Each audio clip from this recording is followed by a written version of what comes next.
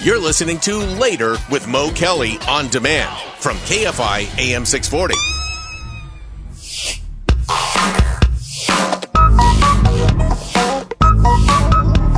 Now on the Mo Kelly Show, it's Tiffany Hobbs, the viral load. She'll speak of all the viral things social media can bring. Facebook, Insta, X, TikTok, the viral load with Tiffany Hobbs. Viral load, viral load, the viral load. Viral load with Tiffany Hobbs. KFI AM 640, YouTube, Instagram, and the iHeartRadio app. It's Later with Mo Kelly. Let's get to the viral load and Tiffany Hobbs. Let's get to it. Good evening, everyone. Last week, we talked about tech neck, right? The condition developed from using some sort of technology that requires you to be in a slumped over position for too long, gives you neck strain.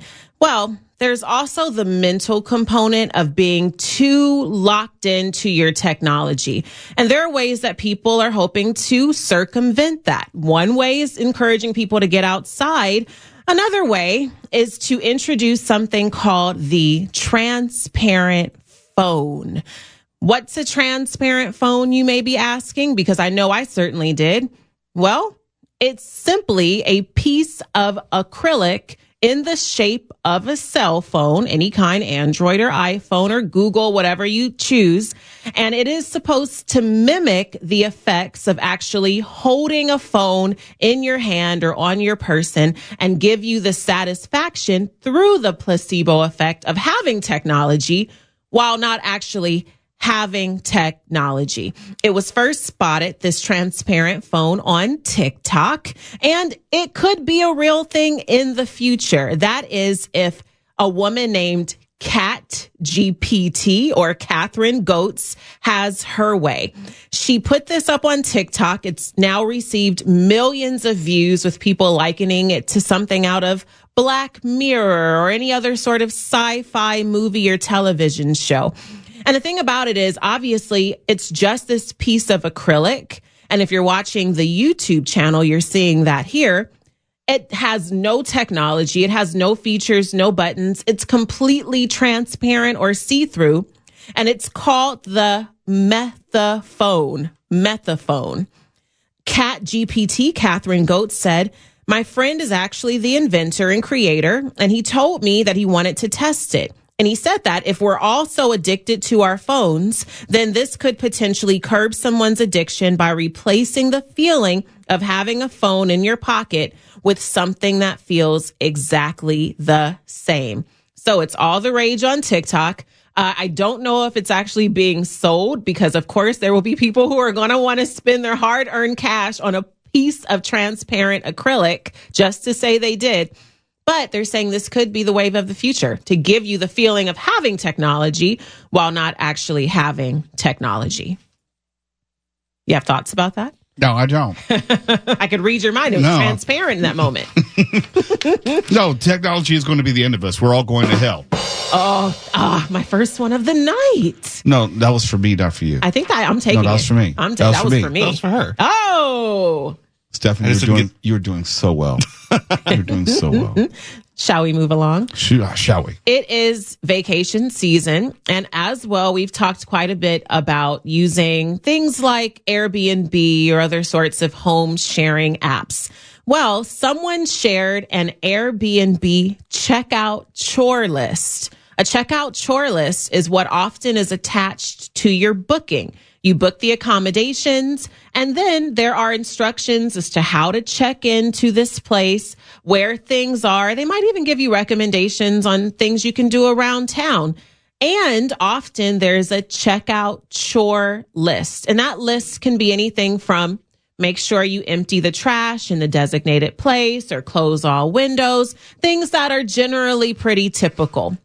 Well, in this case, this person uploaded to Reddit this checkout chore list from their Airbnb, and it's gotten a wide range of reactions. First, the guest was asked to do all of this housework while still paying upwards of a $300 fee. And the person said no one wants to do all this and pay a cleaning fee. Others pushed back, saying, hey, the checkout chore list, Isn't that unreasonable? If you're going to stay in someone's home or on someone's property, you should make sure that you take care of it. Here are some things that were found on the checklist, and I want you to take to the chat to let me know if these sorts of requests are a bit out of the ordinary or if these are things that you find completely normal. Number 1, please put all dirty dishes in the dishwasher and turn them on.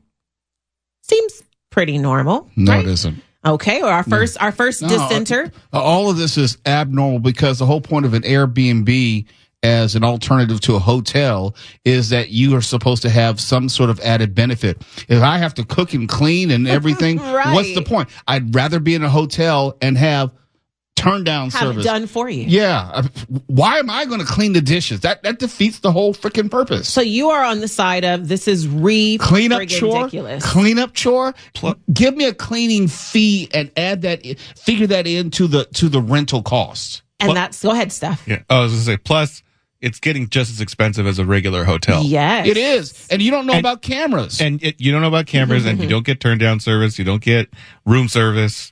You're doing it all yourself. Yeah, in so- addition to the cleaning fee.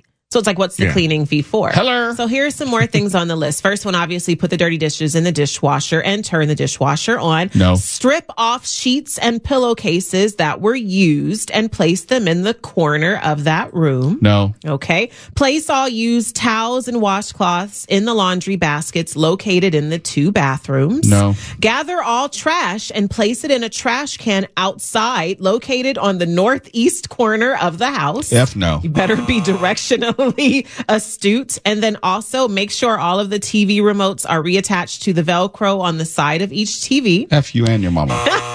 And then lastly, please make sure all of the remotes for the split air units are back in their holders. Kiss my ass. So people are like you, Mo. Half are saying, no, absolutely not, never. And then the others are going, not that unreasonable. But because this is a huge conversation point, it has absolutely gone viral with people weighing in. When we return for the second half of the viral load, we're going to get into a very popular kangaroo video that's circulating around the internet. And then if you're a fan of Sister Act, the movie, or Sister Act 2, the sequel, I think there's a third one we don't much talk about. We don't talk about that. Did it happen? I hope not. Is there a Sister Act 3? I wouldn't be surprised if they end up doing it. No, Takes no. place in heaven. Stop. No, wait. Sister Act. Don't speak this into existence. Sister Act 3. You know Hollywood. No, it's in development. Oh, God. I Is it with figured. Whoopi? Yes. Okay, as long as it's okay. It's in development. We'll let that slide. If you're a fan of the series of Sister Act and the soon to be possibly Sister Act 3, then the very last story in the viral load is absolutely for you. You will really enjoy it. No. No, absolutely not. No one's asking for a Sister Act 3. No one's asking to clean up after themselves at Airbnb. It's later with Mo Kelly. KFI AM 640 live everywhere in the iHeartRadio app, YouTube, and Instagram. You're listening to Later with Mo Kelly on demand from KFI AM 640. Now it's time for the viral load with Tiffany. Live on KFI's Later with Mo Kelly. She'll talk about the topics on social media. The viral load with Tiffany Hobbs. KFI, YouTube, Instagram, and the iHeartRadio app. It's later with Mo Kelly. It's now time for part 2 of the viral load with Tiffany Hobbs. Talk about a top hit on social media. Well, one of the biggest stories out right now virally involves an airplane, a few members of the crew, and a kangaroo. Yes, a kangaroo? Question mark? Yes. Why are these animals making it into this show so much? I have no idea. Well, you just wait and listen. So there's a kangaroo and it's on a plane. It's right at the kind of entryway to the plane where you present your ticket, your boarding pass, or You can see it right now you on can YouTube. see it right now on YouTube. And this kangaroo appears, or is obviously seen here on YouTube, is actually holding a boarding pass. Millions of viewers have seen this video. Of course, it's gone viral, and many just love it. They're extolling just how beautiful this animal is, how seemingly compliant and calm it is while waiting, while its owner, presumably, and an airline worker are arguing over whether or not this kangaroo can actually board. Now, that's the main crux of the video, this argument. And of course, people are weighing in everywhere. Let the kangaroo on. No, kangaroos shouldn't be on. Everything can't be a service animal. This one is. It's cute. All these things, right? It's not a hippo. It's a kangaroo. So it should be a lot less dangerous. Well, I don't know. I've seen some kangaroos knock the crap out of people. Let's not provoke the kangaroo. You're going to put her on a tube for 4 or 5 hours at a time? I don't know. Go ahead. Let's hope it stays calm, right? So while this video has racked up millions of views online, people have started to raise doubts about its authenticity. And here's where the story takes a very interesting turn.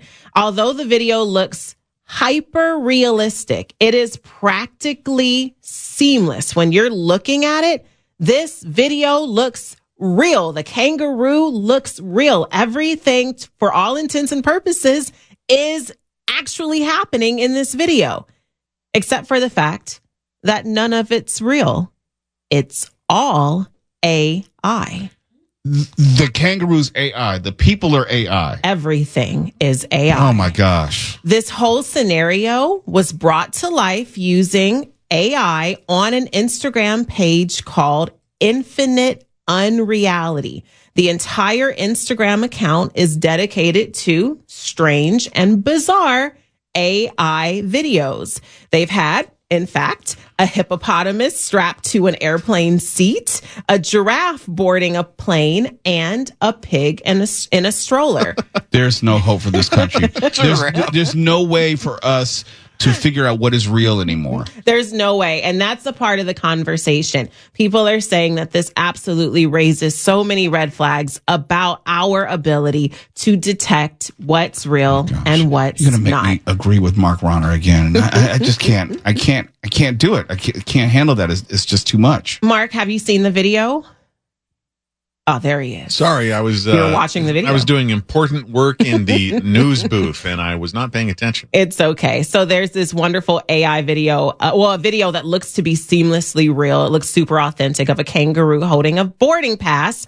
But we found out that it is all AI. It's all computer generated, and people are upset about that. And we're just weighing in. I was wondering if you've seen it, but you haven't. No, it sounds like it's even a bigger disappointment than that Kangaroo Jack movie from a few years ago. It might have benefited from AI. Yeah, seriously. Everybody showed up wanting a lot of kangaroo, and there was hardly any in it. Yes. And again, I do hate agreeing with Mo, but those kangaroos are jacked. They'll mess you up. They will. And this real ones, at the least. real ones, Yeah, absolutely. This one looks to be that, but it's completely fake. So if you find it online, you can look up kangaroo holding boarding pass, or you can watch, obviously, the live stream right now on YouTube, the Later with Mo Kelly show, and you'll see it being projected right there while I'm talking. All right. It kind of looks like, if you're a fan of Curb, it looks like the end of an episode of Curb Your Enthusiasm. It does. So when they zoom in on his face. Does a kangaroo's pouch count as a carry-on? Oh, Come on, Foosh. don't. That's not funny. That's a legitimate question. Not for Southwest. Yeah, Ooh, you pay on too bad. Southwest. All right. Last story of the night, saving the best for last. It is eliciting so much conversation, lots of laughs. It's very heartwarming, and it's just fun. It's a fun story. So if you've ever seen the Whoopi Goldberg starring movie, Sister Act or Sister Act 2, obviously there's potentially a third one in production right now, then you know just how fun and entertaining it can be to watch nuns dance, sing, rap, do things that are a bit out of their norm.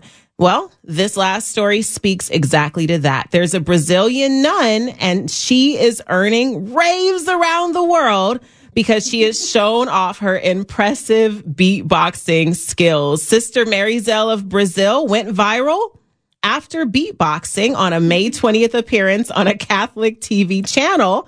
and it prompted everyone else around, including another nun and a priest, presumably, to dance alongside her. Foosh, let's hear what it sounded like.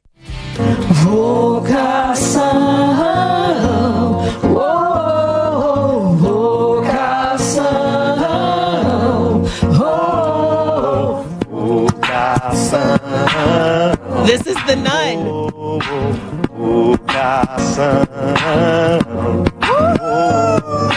So Roger Rabbit, I know. Look at that. Oh my gosh. It's real. Live from Catholic TV. It's a beatboxing nun and her holy backup dancer. Okay, wait. There's a Catholic TV channel. Yes. That's real, but the kangaroo's fake. Yes. Right. The world is upside down. Also, the priest was getting down. Getting down. It's almost getting crip to walking. it. You see him? They're moving in ways like, okay, they must have just come to the convent and to Right after the club. Right. Yeah. It's like you're recent. You're like a new priest.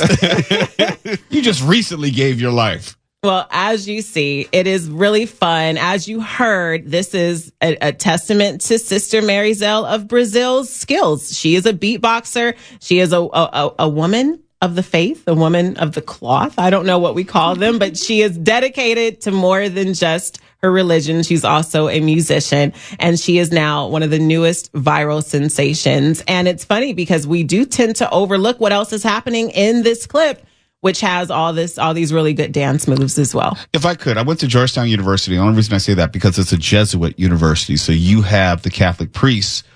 Obviously, they're your professors, but the Jesuit tradition, the priests drink. Yeah. Oh. So they would come to our parties and they're drinking with us. There's nothing funnier than a drunk priest. Nothing funnier. But it reminded us that they were people. Yes. They had lives. They had backgrounds. They had history. So when I see a nun who's up rocking or beatboxing, that doesn't strike me as strange as maybe for some other people because, yeah, when you're getting drunk with a priest, everything else is believable. Were we supposed to know that, or is that kind of insider baseball? No. We'd have wine and cheese parties at Georgetown all the time. And, Father so-and-so was there having drinks with us. Yeah, that's common. That's pretty cool. Is that because of the statute of limitations that we can talk about? No, you can go to Georgetown right now. And I'm quite sure there's a drunk priest somewhere from a wine and cheese party. A drunk priest? More than one. But I'm just saying, you can throw a rock and hit a drunk priest. Well, it's not a problem. Still, you can't beat a nun with a Brazilian. That's... You can't hear Daniel, but okay, he earned that just because of Daniel's laugh. Yeah, outside so the studio loud. and down the hall. And you can hear it. The fact that Mo can hear it. Right, there's like a fire door between me and Daniel in the studio. And you can still hear him. I don't know how to segue out of that. And I'm not going to. I was just going to say that of all people to get drunk, that's the one that you want to get drunk because I'm sure some secrets could fall out. Oh, yeah, there's some bones fell out of the closet. Oh, yeah. Lots of absolutely. things can fall out Absolutely. with Catholic priests. You can catch me on Saturdays from 5 to 7 p.m. Saturdays with Tiffany. Please listen in. Thank you. It's been a wonderful viral load. It's Later with Mo Kelly, KFI AM 640, live everywhere on the iHeartRadio app, YouTube, and Instagram.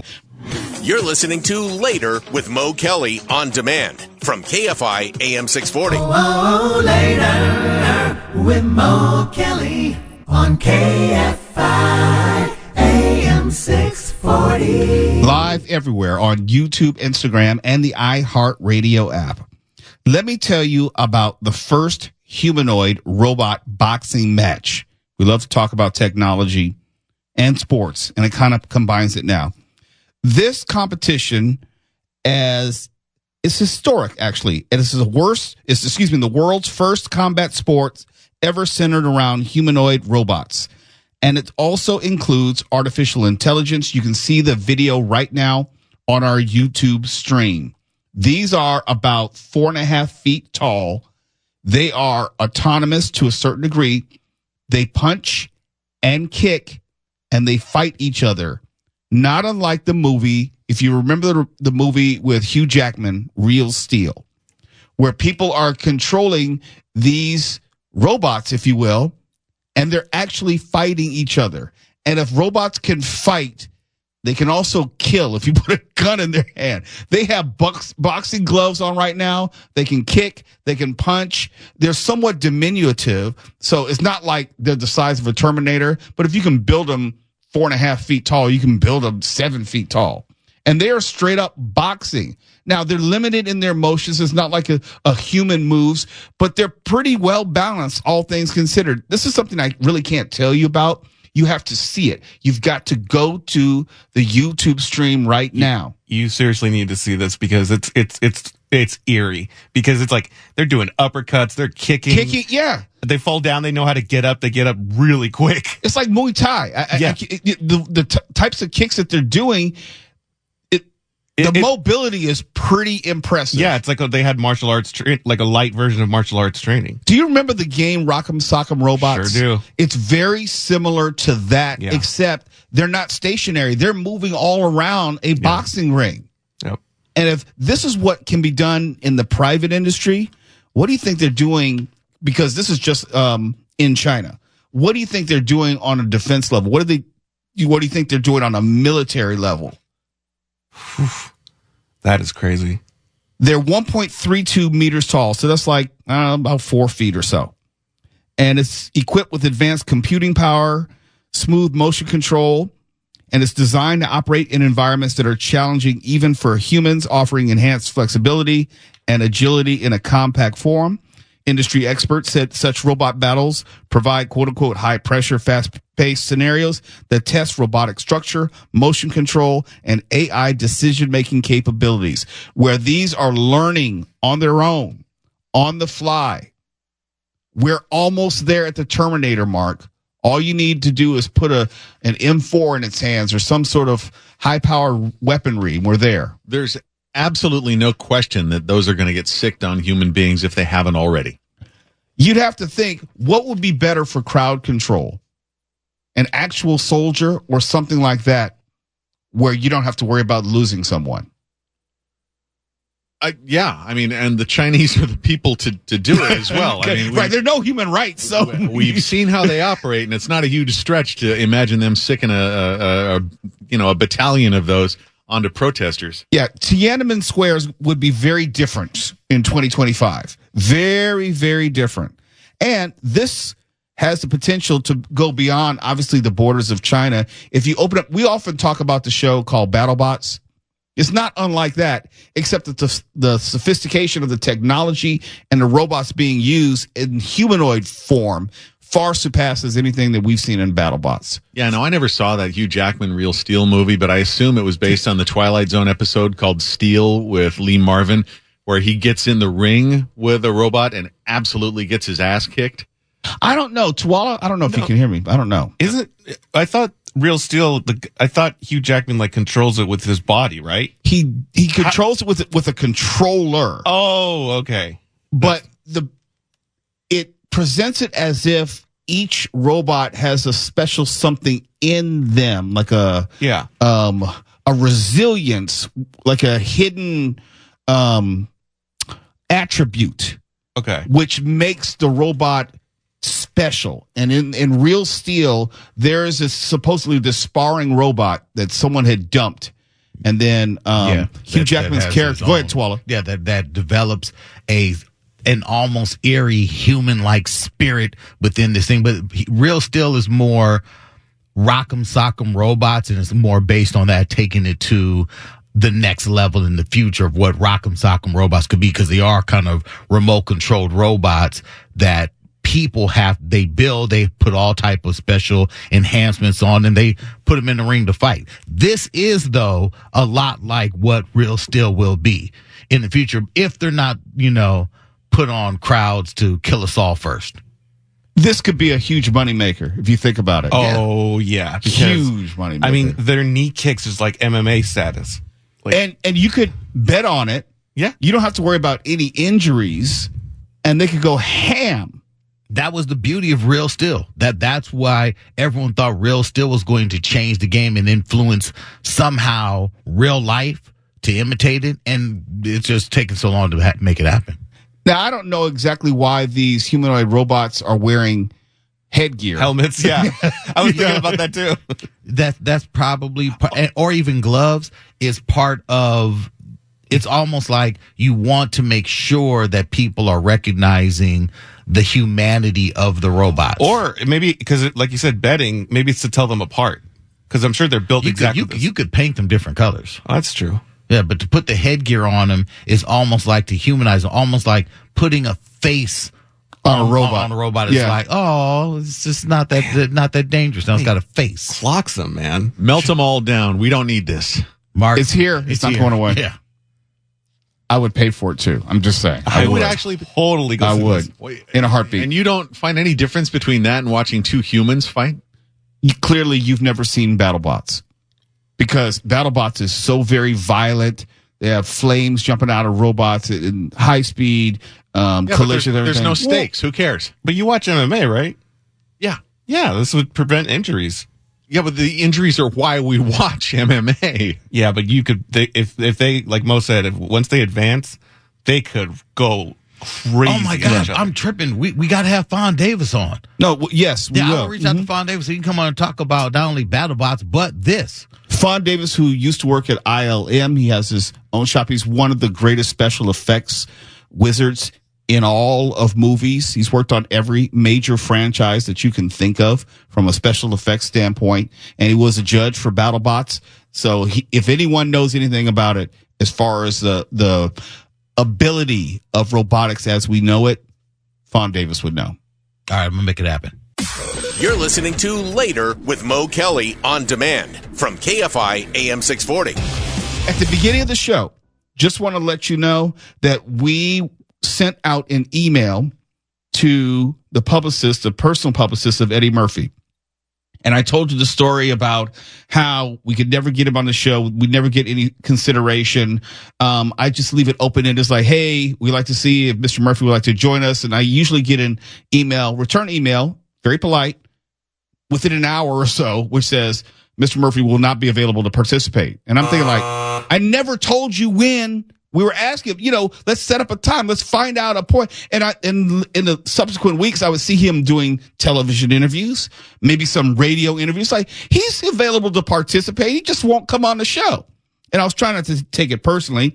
And so every time that he has a project, I send Arnold Robinson, yes, I call him out by name, his publicist, an email, a very nice email, as if I've never emailed him before. I reintroduce myself. I reintroduce the show.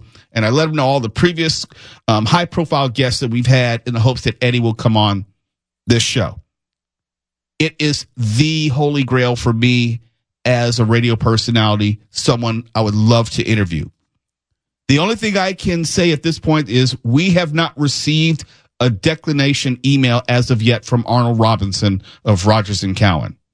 Our fingers are crossed, so we've made it through the first obstacle, time. Usually we get one like immediately. We haven't got that immediate decline yet. So we're just giving you an update. We'll continue to give you an update. If I receive any response from Arnold Robinson of Rogers & Cowan, I will post it for everyone. I'm trying to make this as easy for Arnold as possible. We want to get Eddie Murphy on this show to talk about his new upcoming Amazon Prime film, The Pickup. That's the latest. In other words, we don't have anything to report as of yet. Our collective fingers are still crossed. And we read the email, what was sent to him earlier in the show. So if you missed it, it's in the first segment. You can hear the email that was sent out. And I copied Mark and I copied Stefan and Tuwala and some people from Prime Video. So it's out there. Oh, it's impressive, too. Fingers are crossed. Here's my final thought for this evening, and it's also entertainment related. Some time ago, we told you about how iconic singer and songwriter Smokey Robinson was being sued by 4 of his former housekeepers due to allegations of forcible rape and other forms of sexual assault over the course of many years.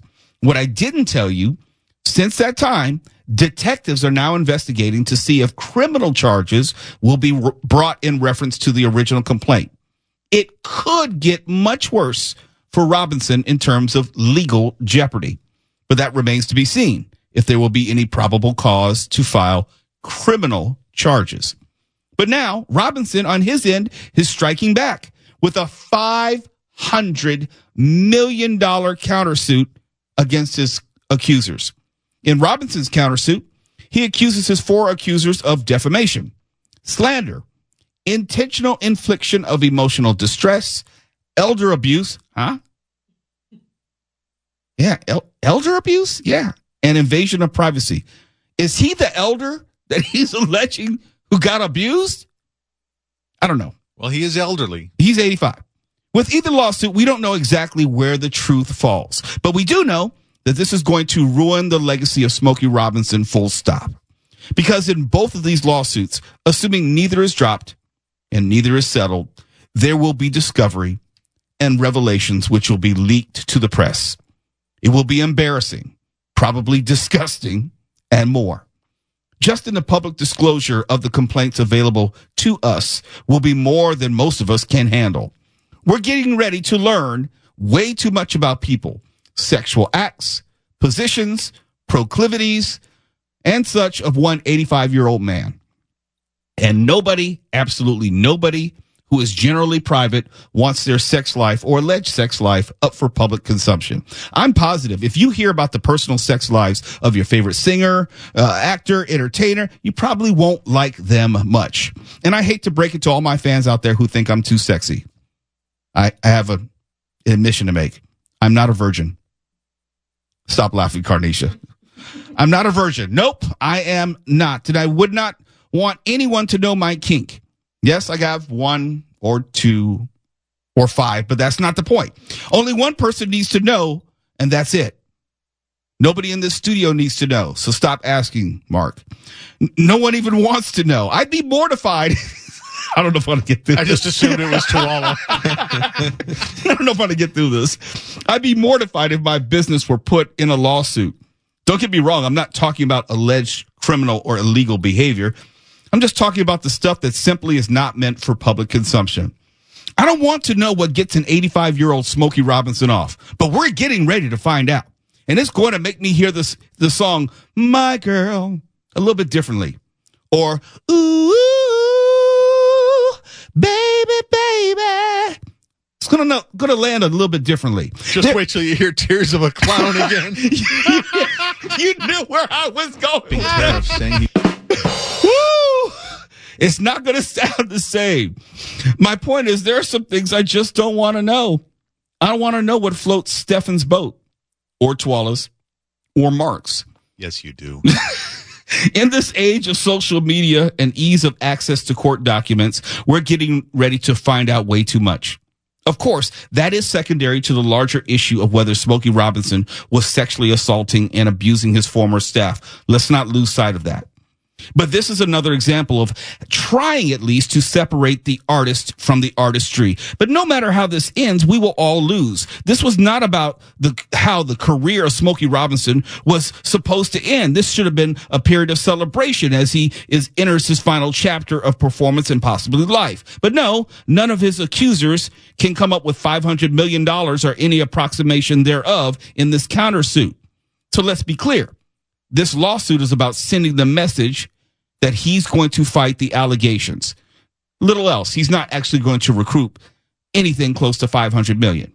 But the worst part will be all the revelations, which inevitably are going to come out, no pun intended, that absolutely none of us needed to know or want to know.